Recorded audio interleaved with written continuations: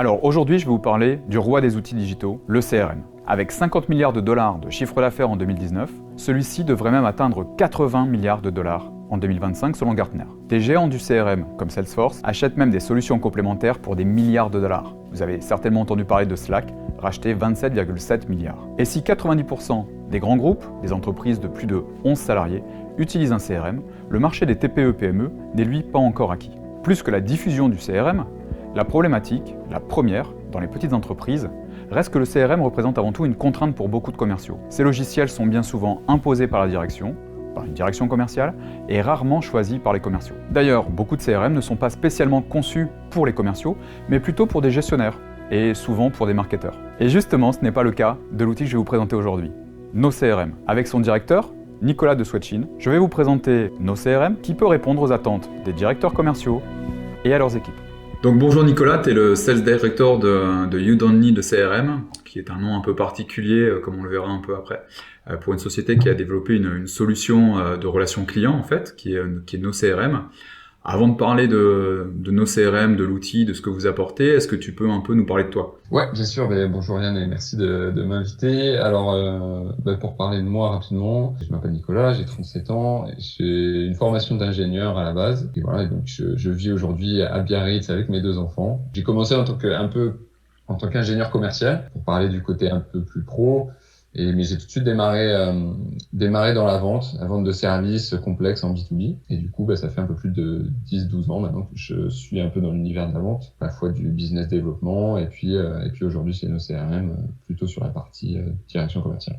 Et au niveau de ton expérience, tu parlais de vente complexe. Pour toi, tu définis ça comment, une vente complexe ? Alors, une vente complexe, c'est plutôt en termes de cycle de vente, hein. C'est-à-dire que ça va être des cycles de vente longs sur des produits technologiques qui demandent plusieurs ou X actions au cours de ton process de vente, quoi. Typiquement, moi, j'ai commencé ma carrière dans une grosse société qui vendait des logiciels de télécom, des cycles de vente de plusieurs mois, plusieurs années, c'était des appels d'offres. Donc ça, c'était vraiment des grosses ventes complexes. J'ai fait ça pendant 2 ans et c'était vraiment bien pour apprendre, parce que j'étais pas le commercial directement, j'étais technico-commercial, ça s'appelle un peu comme ça. Et c'était un peu, tu assistes techniquement le commercial et tout le process de vente. Et c'était très enrichissant pour démarrer, en fait. Et du coup, forcément, tu avais un CRM à chaque fois que tu avais des ventes complexes. Alors là, ouais, on avait un CRM qui était Salesforce à l'époque. J'étais heureusement, on va dire, pas en charge du tout de le remplir. C'était vraiment le commercial qui faisait ça. Moi, j'étais en charge du projet technique, de faire les offres, de présenter les offres et tout. Mais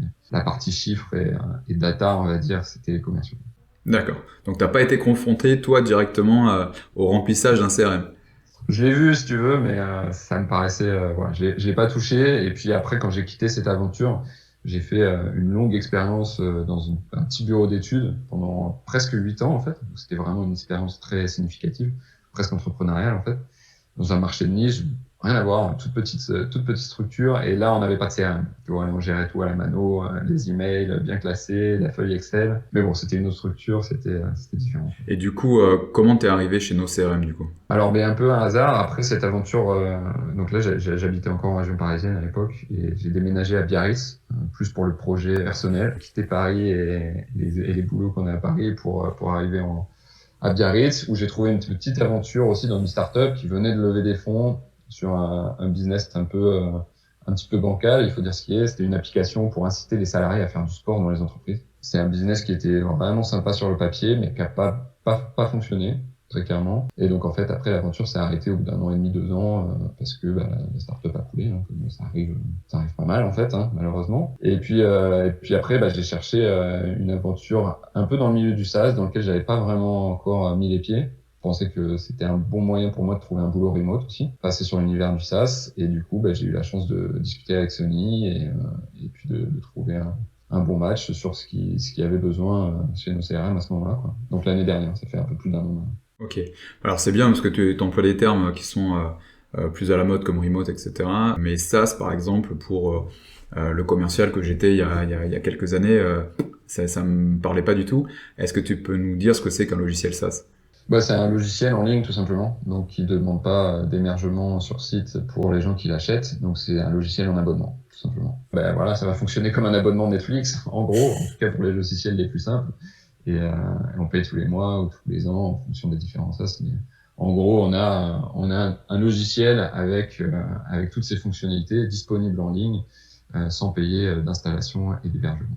Voilà, et tu bénéficies de toutes les mises à jour, etc., de toutes les progressions directement. Tu n'as pas besoin d'acheter des add-ons, en fait, des solutions. Ça se fait tout en ligne. Donc c'est très pratique pour commencer un peu à digitaliser son business pour les petites entreprises, mais aussi pour les grosses entreprises. Ouais, complètement. Alors, justement, au niveau du SaaS, je pense que maintenant, c'est l'essentiel du marché du CRM. En 2019, il y avait une étude qui avait été faite par Capterra qui disait qu'il y avait environ 73% des entreprises en France, alors plutôt des PME, TPE, qui n'utilisaient pas de CRM, justement, qui étaient encore sur la feuille Excel et bien archiver ses mails autant que possible. 73%. Ouais. 73%. Ouais. Alors, est-ce que tu as des infos par rapport à cette évolution? Parce que d'abord, c'était en 2019, donc peut-être que ça a évolué un peu depuis, enfin j'espère. Et peut-être que le Covid a un peu aidé à la réflexion. Ça a déclenché pas mal de besoins et puis par nécessité, en fait, les entreprises ont commencé à se digitaliser. Alors, ça va des outils, évidemment, de téléconférence à la base, quand on est en télétravail, forcé, on va dire, mais aussi sur les outils type le CRM, parce que il y a besoin de collaboration en ligne, etc. Ouais. Ce qui n'était pas le cas avant, chacun était avec son papier, son stylo ou sa feuille Excel. Alors après, 73%, ça me paraît énorme. Nous, c'est vrai qu'on voit encore parmi tous les prospects qu'on a, une bonne moitié des clients qui arrivent chez nous, ou des prospects qui arrivent chez nous, ils sont encore sur une feuille Excel, même des grosses sociétés, même des boîtes avec plus de 10-15 commerciaux. Mais parce qu'en fait, ils ont trouvé une sorte de fonctionnement qui va bien, qui vivote. Ils se disent que c'est plus simple.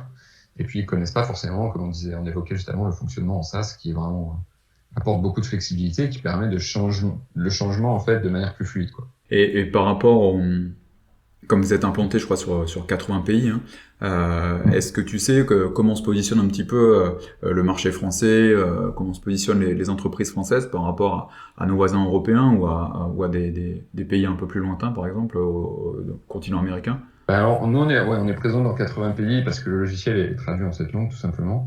Et du coup, ça nous a permis de lancer le logiciel sur différents marchés et puis de voir comment ça prend. Le marché anglo-saxon et américain, il est important pour nous, mais on a beaucoup plus de mal à pénétrer fortement. La France reste notre plus gros marché. Et je pense qu'il y a deux raisons. Je pense qu'en France, effectivement, tout ce qui est TPE, PME, on a toujours un petit peu de retard sur les anglo-saxons, sur les outils digitaux. Donc, on le constate également dans le CRM. On voit encore des belles TPE, qu'on appelle des TPE ou PME traditionnelles, qui sont pas encore équipées.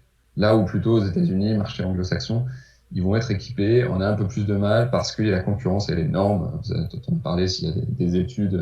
Moi, je pense que le CRM c'est un des plus gros marchés du SaaS ou des outils digitaux en général, quoi. Et du coup, c'est très très concurrentiel, donc c'est un petit peu plus difficile pour nous. Amérique latine, on a beaucoup de TPE et de PME. Donc ils adhèrent beaucoup au concept. On a deux personnes maintenant sur la zone, tu vois, mais on a pas mal de clients là-bas. Ouais, vous êtes directement en remote aussi dans les pays sud-américains. Ouais, tout à fait. On a des personnes qui sont à la fois pour la partie commerciale et la partie support. C'est très important parce que quand on lance le logiciel dans une langue, il suffit pas de l'avoir traduit, il faut aussi pouvoir aider les clients dans cette langue. Et ça, c'est très important pour nous. Ouais, c'est pas le cas de tous les logiciels CRM. Il y a des équipes comme ça qui te vendent très bien le produit, et puis après, quand tu veux avoir des explications en français, tu peux galérer un petit peu. Ouais, c'est ça. Ouais. Ça, c'est un des points sur lesquels il faut faire attention quand on va choisir son logiciel, quoi. Ouais. Avant de se pencher un peu plus sur You Don't Need a CRM et nos CRM, est-ce que tu peux nous expliquer ce que c'est qu'un CRM et pourquoi, d'après toi, il faut franchir le cap de la feuille Excel pour arriver à un CRM? Parce que justement, tu l'as vécu, ce changement de cap. Est-ce que tu peux nous dire un petit peu le gros gap que ça permet de faire? Ouais, bien sûr. Alors déjà, ce que c'est un CRM, c'est une question très compliquée parce que derrière CRM, on peut mettre énormément d'outils différents, donc qui vont aller de gérer entièrement toute ta boîte avec les stocks, l'aspect financier, etc., ou à faire du ticketing, à répondre à des clients, passer des commandes, à simplement gérer ton process de vente. Donc, tout ça, c'est très très large. C'est pour ça qu'il y a une grosse confusion sur ce qu'est un CRM et que parfois ça fait un peu peur. Voilà, ça c'est la première chose. Ensuite, pourquoi passer à un CRM? Tout simplement parce que on a des outils aujourd'hui qui existent comme nos CRM ou d'autres qui vont permettre de répondre à un besoin clairement identifié. Nous, on va parler plus du process commercial. Sur une feuille Excel, on va pouvoir suivre les choses, mais dès qu'il va y avoir déjà plus de prospects, ça va être un petit peu le bordel, hein, pour le dire très clairement.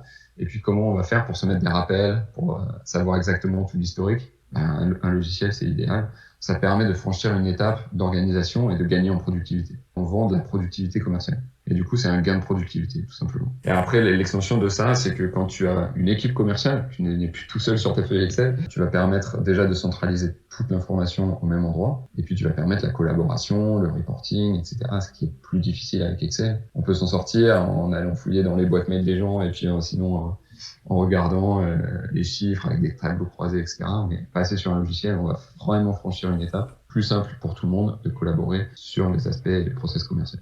Ok. Et effectivement, donc nos CRM, c'est une solution de relation client, hein, puisque on n'a pas encore expliqué le pourquoi le nom nos CRM.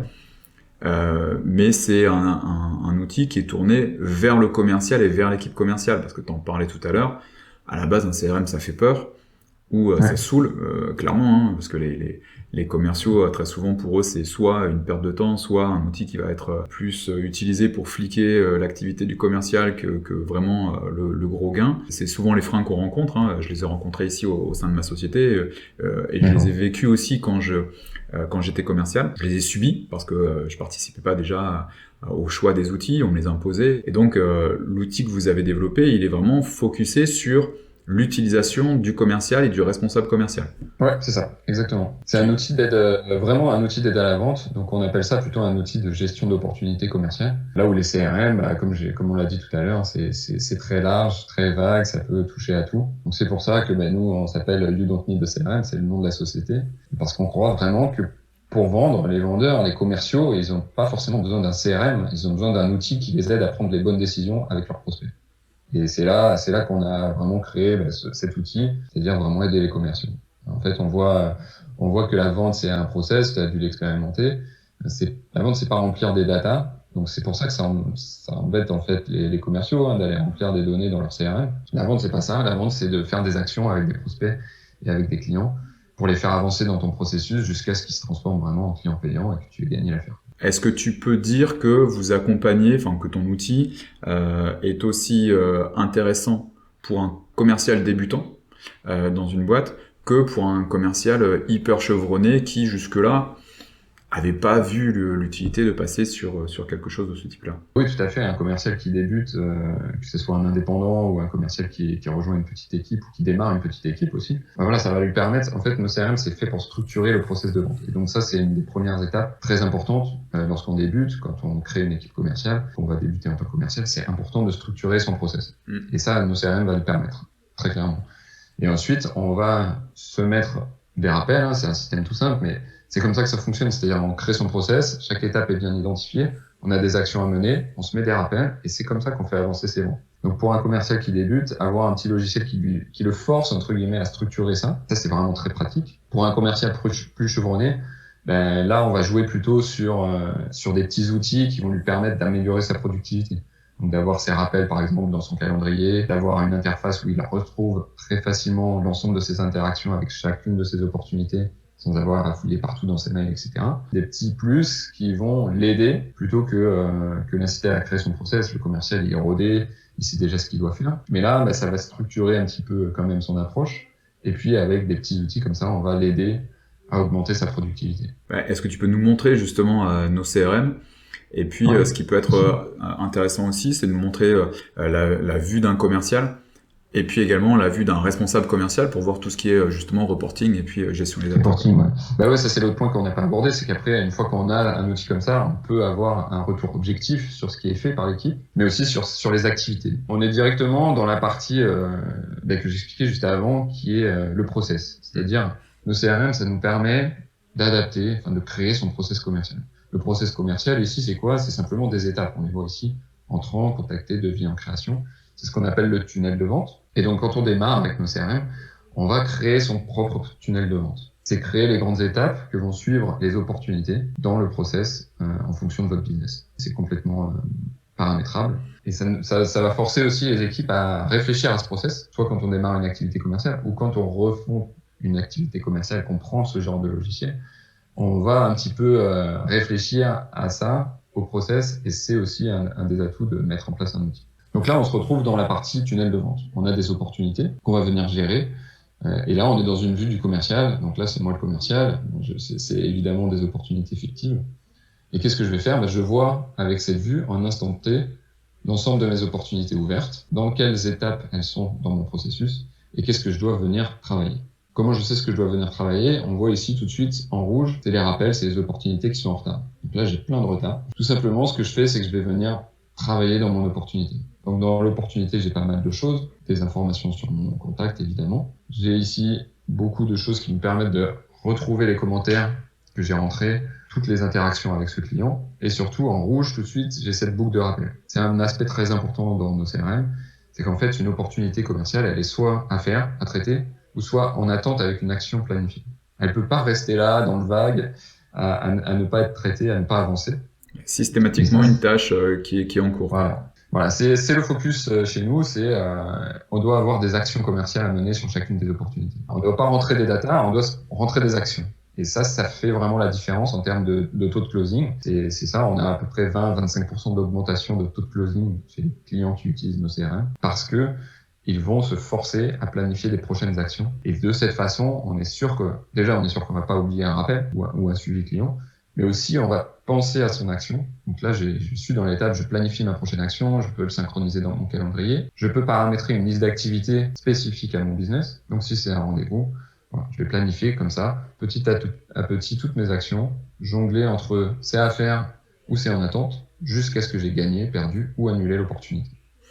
25%, 20 à 25% de taux de closing en plus, simplement parce qu'on structure et qu'on fait vivre un peu son portefeuille de prospects. Quoi. Voilà, c'est ça. Après, il y a plein de raisons, hein, mais bon, je pense que la plus grosse contribution dans ces 25%, c'est ça, c'est qu'on a la structure, le process qui est très clair, et ensuite on a cette boucle de rappel. On se concentre sur l'action. Après, il y a évidemment aussi la possibilité pour le manager de mieux manager son équipe, de plus suivre les résultats et du coup de mieux aider son équipe. On a des fonctions de collaboration directement dans les opportunités. Moi, je fais ça avec mon équipe. Je demande à mon équipe de me mentionner comme ça, tout simplement, pour que je vienne les aider sur une opportunité.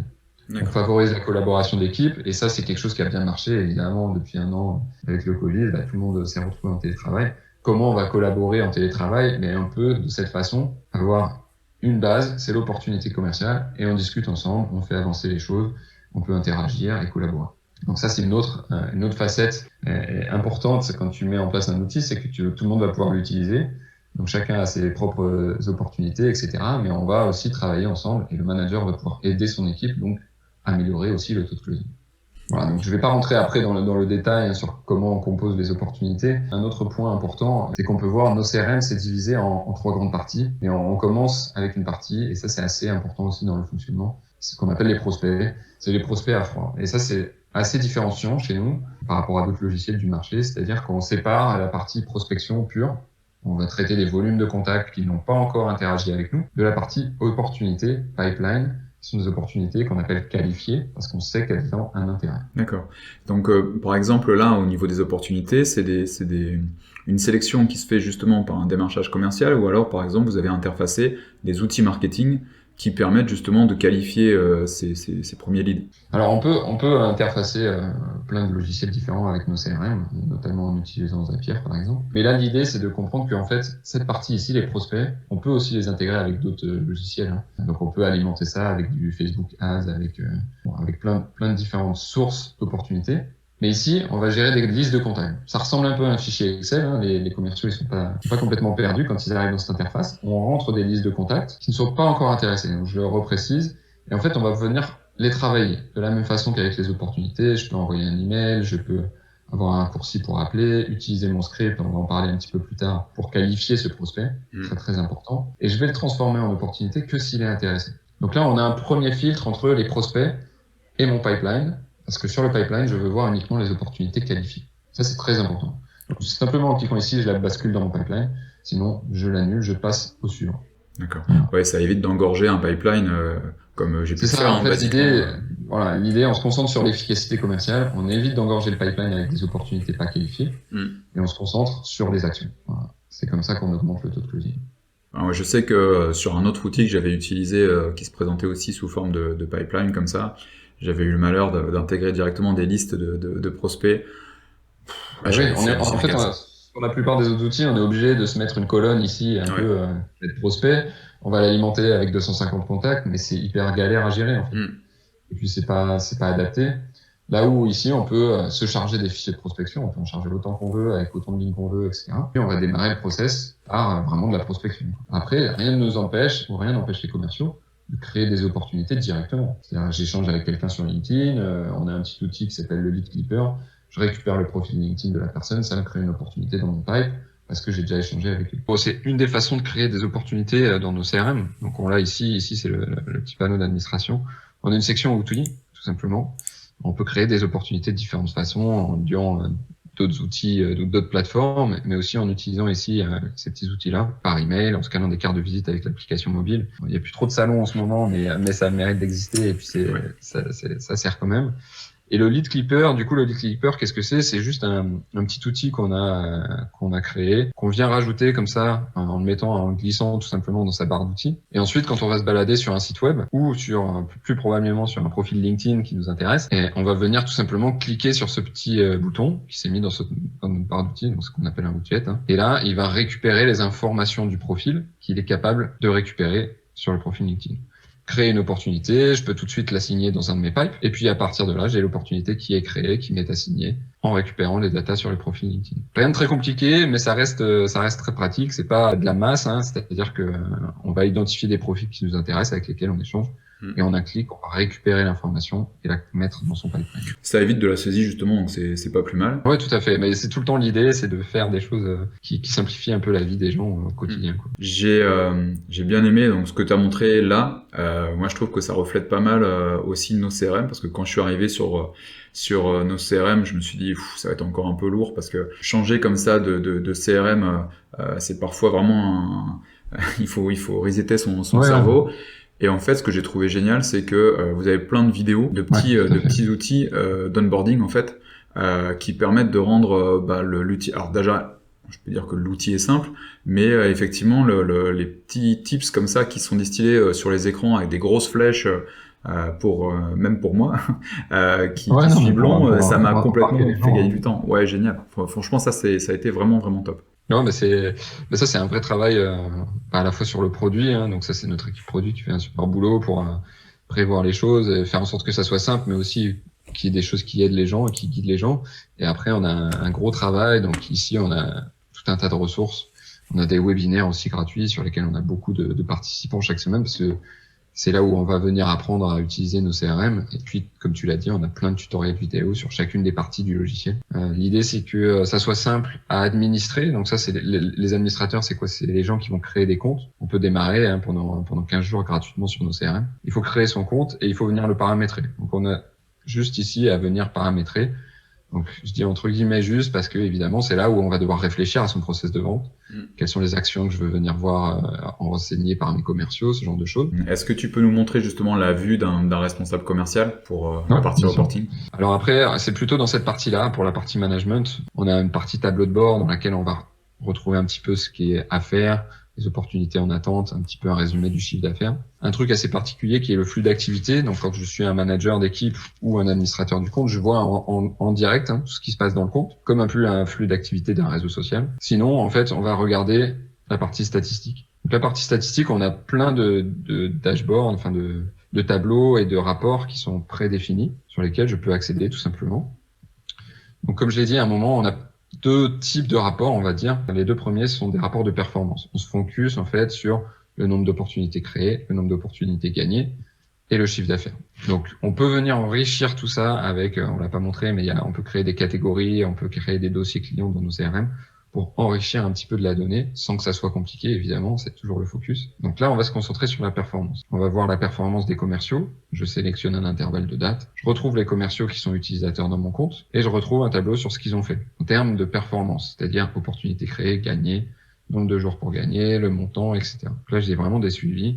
Je peux recharger ce tableau quand je le veux. Je peux les exporter aussi pour venir les retravailler. Et enfin, un autre tableau qui est un peu moins connu, mais qu'on aime beaucoup et qu'on aime pousser parce qu'en fait, il est très pratique. c'est plus un tableau concentré sur les activités. Donc en fait, là, on va monitorer et aider les commerciaux à améliorer le process en termes d'activité. Parce qu'il y a les performances d'un côté, combien d'opportunités on a gagné, mais il y a aussi quels moyens on s'est donné pour les gagner. Et ça, c'est les activités. Donc ici, je monitore les appels, les démos, tout ce qui concerne mon business, tout ça, c'est complètement paramétrable. Et je vais regarder ce qui a été fait par mes commerciaux. Voilà, on peut avoir, par exemple, un objectif de faire 5 démos par semaine. Là, on va aller voir ce qu'ont fait les commerciaux. Ça, ce sont plutôt du management sur l'activité commerciale plutôt que sur la performance. Au lieu de dire, je veux que vous ayez 15 clients à la fin du mois, dire, je veux que vous ayez fait 50 démos. Ça peut permettre aussi de recalibrer les objectifs, par exemple, s'ils sont trop élevés. Donc ça permet effectivement de prendre conscience aussi en tant que manager que peut-être que l'objectif il est pas atteignable, et là on a des séquençages en fait du démarchage commercial qui permettent de dire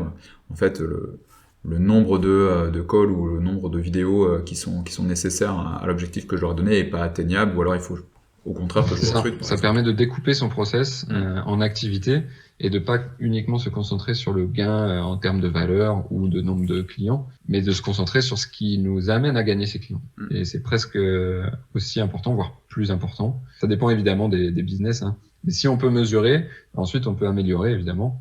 C'est toujours l'adage. Et du coup, si on peut mesurer ce qu'il nous faut en termes d'action pour gagner, on peut mesurer, en fait, on peut améliorer après son process et faire augmenter les chiffres. Ça, c'est très utile. C'est aussi très utile pour les commerciaux eux-mêmes parce que, évidemment, on a tendance à penser, ça va être du flicage et tout ça. Ça peut être un frein, comme tu l'as exprimé un petit peu avant. Mais sauf que c'est aussi utile pour eux parce qu'ils voient objectivement ce qu'ils ont fait. Ça, c'est vraiment sur la partie analyse de la performance. Et ensuite, on a ce qui est plutôt analyse du pipeline, donc le taux de conversion plutôt. Donc là, on va regarder la conversion entre les différentes étapes du process de vente. Donc ça, c'est plus de l'analyse qualitative pour les managers pour venir améliorer le process.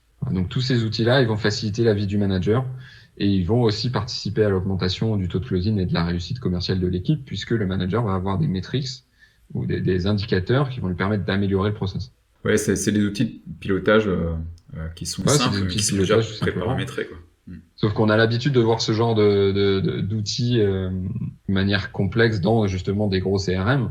Or, en fait, c'est accessible. C'est-à-dire qu'il n'y a pas besoin de faire son propre tableau Excel avec ses propres tableaux dynamiques pour éviter de passer sur un truc complexe. En fait, il y a des outils comme ça qui permettent de le faire et nos CRM le fait très bien. Bon, il y a un truc en particulier aussi qui m'avait bluffé. Alors là, c'est en reprenant ma casquette de commercial et plus en tant que responsable commercial, c'était la partie script qu'on a évoqué un petit peu rapidement tout à l'heure. Ouais, tout à fait. Et c'est vrai que comme j'ai onboardé pas mal de commerciaux, des jeunes, des alternants, etc., c'est toujours difficile de leur donner une certaine latitude dans le discours commercial au téléphone ou en visio, etc., tout en leur donnant quand même un cadre. Alors oui, ils peuvent avoir une petite tablette sur le côté avec des notes qui se sont prises à la main, mais vous avez intégré, vous, dans la description du lead, des scripts en fait à respecter. Est-ce que tu peux nous en parler plus? Ouais, tout à fait, ouais. Non, mais ça, c'est une vraie valeur ajoutée, et également, ça se concentre sur, ça peut simplifier la vie du manager et du commercial, et ça va vraiment participer également, au taux de closing, puisqu'en fait, on va se concentrer sur les opportunités importantes. Alors, comment on fait ça? On a ce petit bouton ici qui nous permet de lancer des scripts. Les scripts, qu'est-ce que c'est? Donc, je vais en ouvrir un pour vous montrer l'exemple. Ce sont comme des formulaires, d'accord, qu'on va construire et complètement paramétrer en fonction des business de chacun. On peut en avoir plusieurs. Et typiquement, on va utiliser ce script lorsqu'on va passer un premier appel, lorsque ça va être le deuxième rendez-vous, etc. On peut les adapter en fonction de chaque étape du processus. Quelle est l'idée de ce script? D'abord, c'est d'avoir une structure pour les appels qu'on va passer. Donc, comme tu disais, quand il y a un nouveau commercial qui arrive, donc on va pouvoir mettre des petits tips comme ça, ne pas oublier de dire bonjour, etc. Des guides. On peut leur mettre des phrases aussi, pour qu'ils aient des phrases toutes faites à dire lorsqu'ils passent des appels. Mais l'idée principale, c'est d'avoir un guide pour récolter de l'information. C'est toujours le plus important quand on va parler à ses prospects, c'est quelles informations je veux récolter et comment je veux les récolter. Donc là, on a un guide pour aider les commerciaux à le faire. Ils doivent en gros remplir les informations ici parce que c'est les informations critiques qui vont me permettre de qualifier ou non une opportunité ou un prospect. Donc ça, on peut le paramétrer évidemment, chacun va l'adapter en fonction de son business. Et donc si je remplis tout simplement, donc là les commerciaux, ils ont aussi une liste des questions. On peut paramétrer ces petites questions. Pourquoi cherchez-vous ce type de service? Toujours une des meilleures questions à poser d'ailleurs au passage, c'est un des bons tips. Vous avez quelqu'un pour la première fois au téléphone, lui demander pourquoi vous avez accepté mon rendez-vous, pourquoi vous avez créé un compte test sur ma plateforme. Ça, c'est une question ouverte qui va permettre de remplir toutes ces informations. quelles sont les motivations, les besoins. Donc les commerciaux, ils commencent par ça, ils remplissent, et puis ils vont venir renseigner une activité. Et comme tu l'as dit, qu'est-ce que ça fait? Ça met en fait ce script dans le commentaire de l'opportunité. Donc, il y a plein d'avantages. Et évidemment, ça guide les commerciaux, ça les incite à poser plein de questions, ce qui est toujours très important. Et puis, ça met une sorte de format dans les informations que tout le monde va utiliser pour récolter des informations auprès de leur prospect. Les managers, ils vont pouvoir aussi avoir une vue facile sur chacune des informations et tout le temps dans le même format. Donc, c'est à la fois une structure pour les data et un guide pour les commerciaux. Après, ça va pas être de la data en dur dans le sens complexe. C'est plus, moi, je suis manager, j'ai envie de comprendre de quoi elle parle cette opportunité. Et je demande à mes commerciaux d'utiliser le script. Comme ça, on a tous le même format et j'ai une grille de lecture qui est tout le temps la même et tout le monde s'appuie là-dessus. Et c'est beaucoup plus fluide, beaucoup plus simple pour tout le monde. Et on sait, après, on peut optimiser toujours le process de qualification, par exemple. Mais voilà comment ça fonctionne. Donc, c'est évidemment un outil qui est intégré à nos CRM. On peut le créer dans nos CRM. On peut en créer autant qu'on veut. On a aussi, sur un autre site, ici, la possibilité d'en créer gratuitement, donc sans abonnement à nos CRM. Donc là, on a des modèles pour simplifier la vie des gens qui arrivent sur ce site. Donc, par exemple, si je veux en créer un dans l'immobilier, je veux me créer un script, je vais tout simplement ici, je peux créer un script gratuitement, l'enregistrer, et ensuite ça va copier-coller les informations là où j'ai envie de les copier-coller. Ok, et pour revenir un petit peu à nos CRM, puisque tu parlais de nouveautés, de choses sur lesquelles vous étiez en train de bosser, qu'est-ce que tu peux nous dire un petit peu des actus justement de nos CRM et puis même des Ervan actus, si tu as des petits scoops dont tu veux parler. Avant actu, en fait, il y a plusieurs choses. Nous, on continue d'essayer de développer le produit, évidemment, pour tout en le gardant aligné avec notre philosophie. Donc, j'ai essayé d'exprimer depuis le début de notre discussion. Rester simple, concentré sur le processus commercial et vraiment utile pour les commerciaux. Donc, on a fait un add-on, on a ajouté une fonctionnalité très récemment qui manquait clairement, qui est la possibilité de synchroniser sa boîte mail directement avec nos CRM. Donc, on pouvait d'une autre manière récupérer les mails avant dans les opportunités.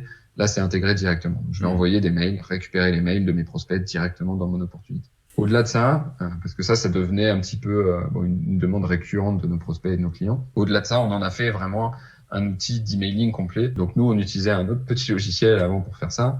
Mais en gros, on peut se gérer des templates, que ce soit des templates au niveau de la boîte ou des templates au niveau perso. Ça, c'est l'idée, c'est de pas taper 10 fois le même email. Donc, toujours la même idée, gagner en productivité. Et on peut traquer ces emails. Donc, tout ça depuis nos CRM. Donc, au-delà de la synchronisation des boîtes mail qui devenait vraiment important pour nous de le faire, c'était le bon moment là. On a rajouté ça, donc le tracking, les templates. On a ensuite des statistiques sur les templates.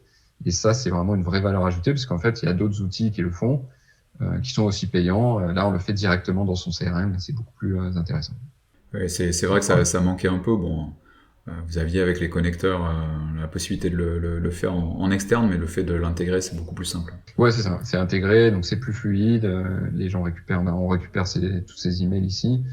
Et puis surtout, comme j'ai dit, on a ces modèles d'emails qui font gagner beaucoup de temps en termes de productivité commerciale. Là aussi, c'est important. Voilà, au-delà de ça, en fait, ça vient également avec une nouvelle édition qu'on appelle la Dream Team Edition, parce qu'on a des fonctionnalités justement de management d'équipe. Mais en fait, quand on se crée les utilisateurs dans nos CRM, on a maintenant la possibilité de se créer des équipes et de gérer les droits d'accès et de confidentialité de manière très fine entre ces équipes. Ça, c'est pour répondre aux besoins des plus grosses équipes, justement, des plus gros clients qu'on a chez nos CRM.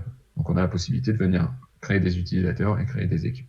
Ça va permettre de séparer les business units, par exemple. Donc, ça vient avec ces fonctionnalités-là. La suite pour cette édition, ça va être de travailler sur des choses aussi qui vont aider les managers, donc des objectifs commerciaux. On n'a pas encore cette notion dans nos CRM. On a des super tableaux de bord comme on l'a vu, mais c'est quelque chose sur lequel on réfléchit depuis pas mal de mois. Et puis un petit peu de automatisation. Alors sans faire une machine marketing évidemment, mais automatiser des règles sur certains process, certaines étapes du processus. Donc ça, c'est ce qui va venir. Et puis sinon, on travaille constamment sur l'intégration d'autres outils. Donc on a toute cette partie ici, connecteurs, applications tierces. On rajoute constamment des nouvelles applications. Donc là, on a rajouté, la dernière grosse actu, c'est de rajouter ActiveCampaign, qui est un logiciel de marketing pour automatiser ces campagnes. Et ça, c'est complètement maintenant intégré avec nos CRM. On peut faire plein d'autres choses avec Zapier, mais là, c'est une intégration native complètement fluide. Donc ça, c'est sur la partie produit. Parce qu'évidemment, on l'a vu, nos CRM, ça se concentre sur une partie très forte de la vente, vraiment. Maintenant, ça fait partie d'un écosystème, c'est-à-dire qu'il faut que ça s'intègre aussi avec des logiciels de facturation, avec des logiciels de marketing, d'emailing, etc. Et puis avec aussi, pour nos plus gros clients, parce qu'en fait, on a deux types de clients, ceux qui ont rien, qui viennent d'une feuille Excel comme on en a parlé, et puis d'autres qui veulent un outil qui est plus adapté à leur force commerciale. Et ils vont avoir le besoin d'intégrer nos CRM avec leur ERP ou avec leur système d'information existant. Et donc ça, on a fait aussi un gros focus sur la possibilité d'avoir une application ouverte. Donc on a des API qui permettent de faire ça, qui vont permettre d'automatiser des choses entre les différents systèmes pour ces plus gros clients justement qui vont migrer d'un système trop complexe qui répond pas aux besoins commerciaux à un système vraiment dédié à leurs commerciaux mais intégré dans leur système d'information. Ouais, c'est bien d'avoir cette double opportunité. Tes confrères ont plutôt tendance justement à se poser en tant que nouvelle ERP quasiment et d'intégrer les fonctions ERP, alors que vous avez cette démarche de dire ok, il y a des ERP qui font très bien leur taf et on va plutôt être une composante du SI.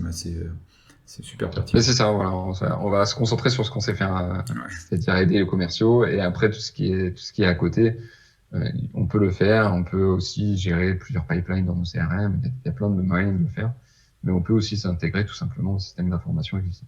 C'est une bonne présentation. J'avoue que en l'utilisant, moi je l'ai utilisé parce que sur une de mes entreprises, je suis l'unique commercial, donc je l'ai utilisé comme un freelance en fait, et c'était vraiment hyper intéressant. J'avais pas vu tout le potentiel en termes de management d'équipe et de supervision que tu as bien montré là. T'as d'autres tips éventuellement alors d'autres tips no CRM ou d'autres tips vis-à-vis d'outils que tu utilises en dehors de nos CRM pour ton activité commerciale? Alors sur nos CRM, je pense qu'on a quand même bien fait le tour. Ouais. Un des trucs importants qu'on n'a pas vu, c'est la possibilité de catégoriser ces opportunités, parce qu'en fait, on a parlé beaucoup d'actions commerciales.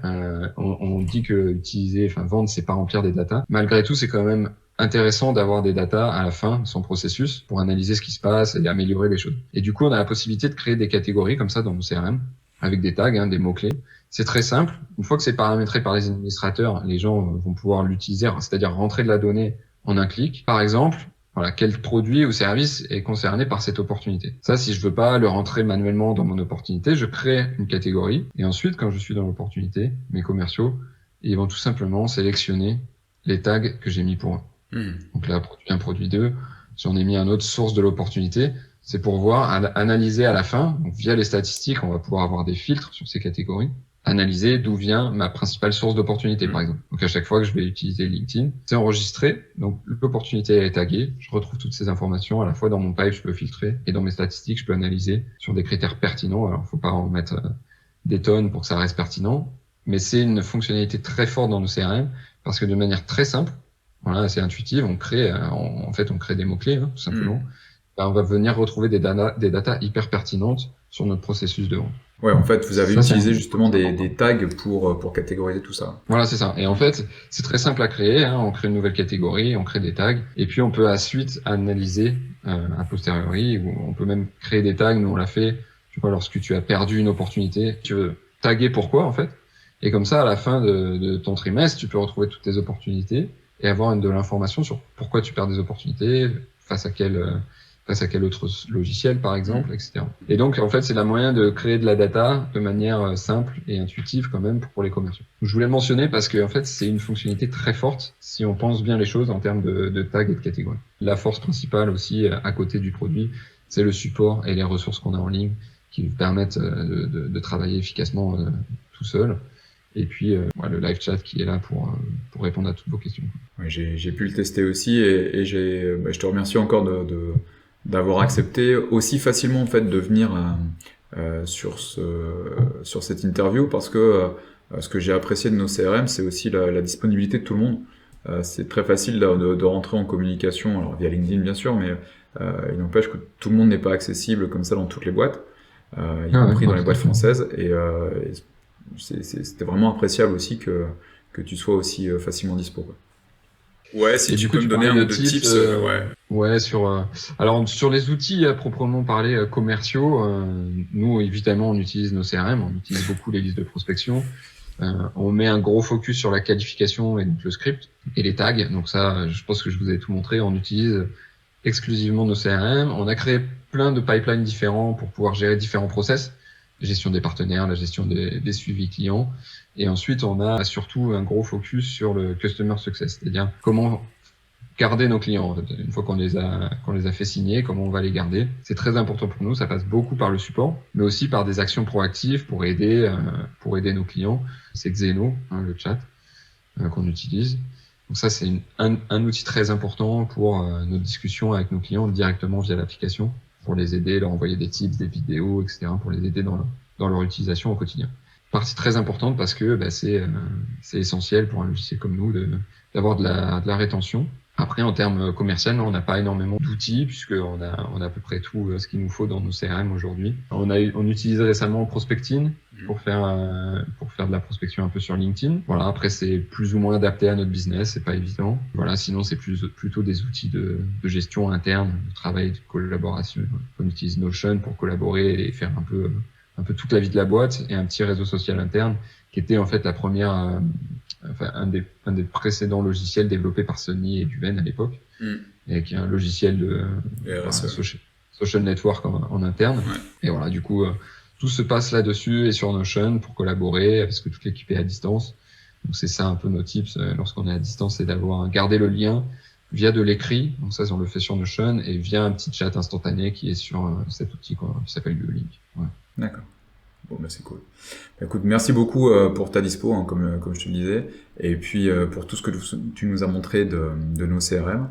À très bientôt, merci beaucoup Nicolas, et puis je vais échanger aussi sur le chat de nos CRM, puisque je vais continuer à être utilisateur. Ok, avec plaisir. À bientôt. À bientôt Yann. Ciao. Ciao.